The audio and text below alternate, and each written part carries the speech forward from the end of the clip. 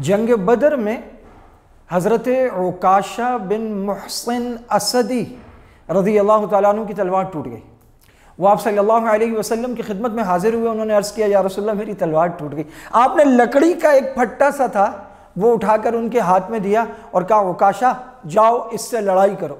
कुर्बान सहाबा के आप सल्लल्लाहु अलैहि वसल्लम पर यकीन के उन्होंने वो लिया और उसे लेकर यूं हिलाया, वो लकड़ी का फट्टा एक चमचम करती हुई तलवार में तब्दील हो गया और हज़रत उकाशा ने पूरी जंग बदर उसी से लड़ी, यहाँ तक कि अल्लाह ताला ने मुसलमानों को फतह नसीब फरमाई।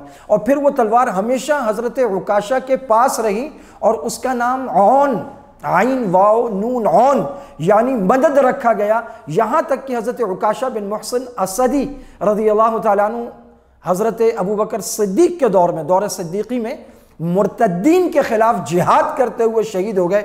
वो तलवार तब भी उनके पास थी। आप सल्लल्लाहु अलैहि वसल्लम के मौजज़ात में से एक मौजज़ा ये भी है।